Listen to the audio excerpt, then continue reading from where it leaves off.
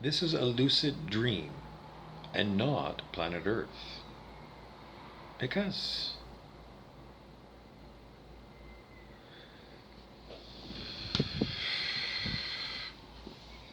row, row, row your boat gently down the stream. Merrily, merrily, merrily, merrily, life is but a dream. Didn't you learn that as a nursery rhyme when you're a little tiny baby? Is it wrong? Remember, Isaac Newton and physicality and Newton's apple and gravity and stuff is for physical things. And it's primitive because it's the science of maybe the 1700s. Starting in 1905, quantum physics replaced Newtonian physics. I mean, you could still use Newtonian physics for, billiard ball collisions and things, but why use that? I don't know, maybe it's easier I don't know. Anyways, quantum physics replaced it in around 1905, over 100 years ago. Is quantum physics telling you that's a physical world? No, it replaced the physical world theories about our reality. What about flat Earth? I don't know. I don't want to talk about that because I don't know nothing. I don't know enough about it.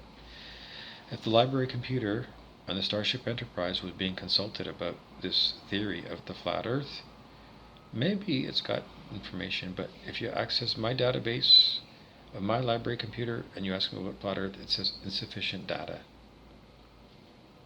Okay, but life is but a dream. Is there enough information in here? Well, yeah. Because if it's not physical, then what is it? It's a dreamlike reality. Well, we had a lecture. Bob, I got a tape out of the Vancouver Public Library, and it was a lecture by somebody who could speak English and was familiar with, Tibetan Buddhism, and he talked about dream yoga. I can't remember his name. But in his talk, he said, row, row, row your boat gently downstream, merrily, merrily, merrily, merrily. Life really, really is a lucid dream. When is it not a lucid dream? The more you ponder this idea, at least for me, the more that I have to keep coming back to it, because when we were young, we were pretty much locked down by an oppressive consciousness that enforces these are our truths, and you cannot dispute our truths, including this is a physical world. It's known as the Masonic egregore, perhaps. An egregore is a very strong thought form, or school of thought forms, created by humans who are all in alignment in a mastermind kind of joint telepathy, combining everyone's intention into one intention. And the Freemasons' secret society is all about them running the world secretly. And all of these Masonic ideas about command and control. And remember, the Freemasons in England are run. The head guy is the Queen's cousin. But if it's not a demon, it's definitely wit blanket. People don't talk about this shit because it's really still alive, and that's what it is. Makes me having a hard time to talk about shit because it's got defense mechanisms. It does, because it's a vicious, violent. Is it sentient? It does act sentient at times. It defends itself, but it's not live. It's not living, and it does tend to control our thinking because it holds us back, and it's designed to keep everyone in abeyance to authority figures like the Queen and her appointed prime ministers and presidents and all kinds of shit, because she is the Borg Queen. The Borg Queen. Now, strangely, Brent Beeson, the devil, still thinks that she resembles, at least in that picture, Muriel MacDonald of Chestnut Street in Thunder Bay.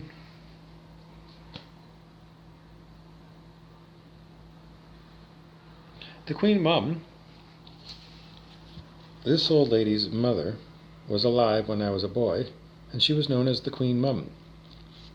This old lady's mother. And my grandmother, Nanny Burroughs, everyone said she looked like the Queen Mum. Not 100%. I don't know. Do I see a resemblance? I don't know. Short, little, white old ladies with white hair. For sure look like the Queen Mum. People said it. Did I say it? No. So all old, little, white ladies look like when they got gray hair and wrinkles. No.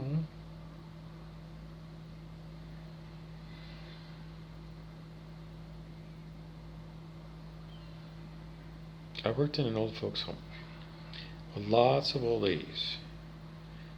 Do I ever get them confused one for the other? Never! A lot of them were white, yes.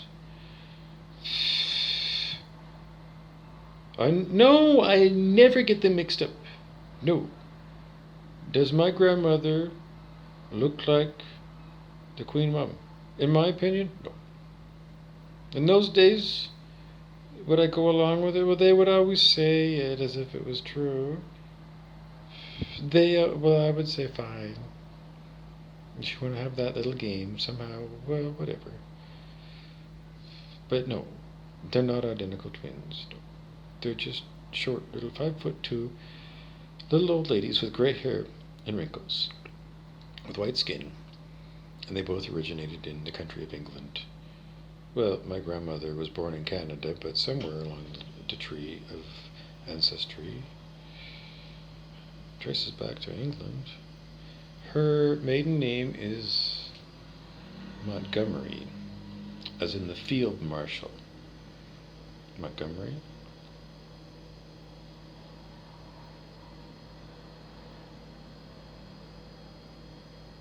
I can't remember. I don't know. It's being blocked, actively blocked, by this fucking horrible, horrible fucking shit.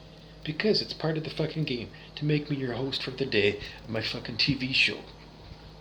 I do not consent to being hijacked by remote neural monitoring, and Scott Dougal from fucking Google is gonna hang by the neck until he's dead for being a fucking terrorist.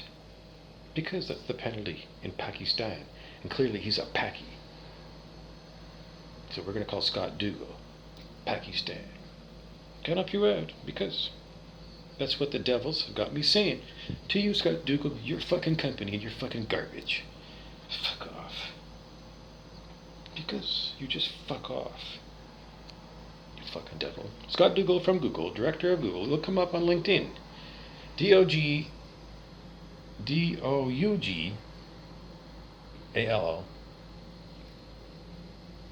Director of Google Interactive Experiences. Like having an imposed virtual reality put on you by remote neural monitoring technology against your will and kept there forever and ever, torturing you and killing you over and over again, murder after murder after murderous fucking attack by high-tech fucking warfare against a civilian whose last job was being a personal support worker at Hogarth Riverview Manor, Old Folks Home in Thunder Bay, Canada. I am Bobby Burroughs, and that's what's going on. You want to really know what's going on? It's Armageddon. It's the devilish people versus the God people. 540 is the dividing line of this different change of state. Because it's a huge change of state to go from being devilish to being... Well, at 600, according to Dr. Hawkins, that's when you get your angel's wings. 600 on the scale of human consciousness. You become known as a spiritual title, perfect. Anyways, today I'm at 540 on the scale of human consciousness, so I'm not an angel. Nope. Not. 540. Unconditional love. Why? Do I love you all? It's not about special relationships, it's about me loving every individual human. No, because I can't love people that I hate. Love and hate is a human thing. And I hate evil. I hate it. I hate lies. I hate backstabbers.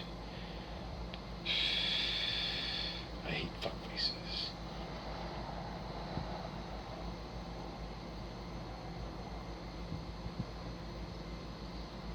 It's the zeroth law in Isaac Asimov's. Well, it started off as 3 laws of robotics, and then he added a 4th law, the zeroth law, which is basically stand for civilization, higher consciousness, higher development of sentient beings. That is the first law of robotics now. I don't know. He did those books, and then I didn't know it was not one. I mean, it's not now today. He invented it. Asimov wrote those books. Maybe 1970s.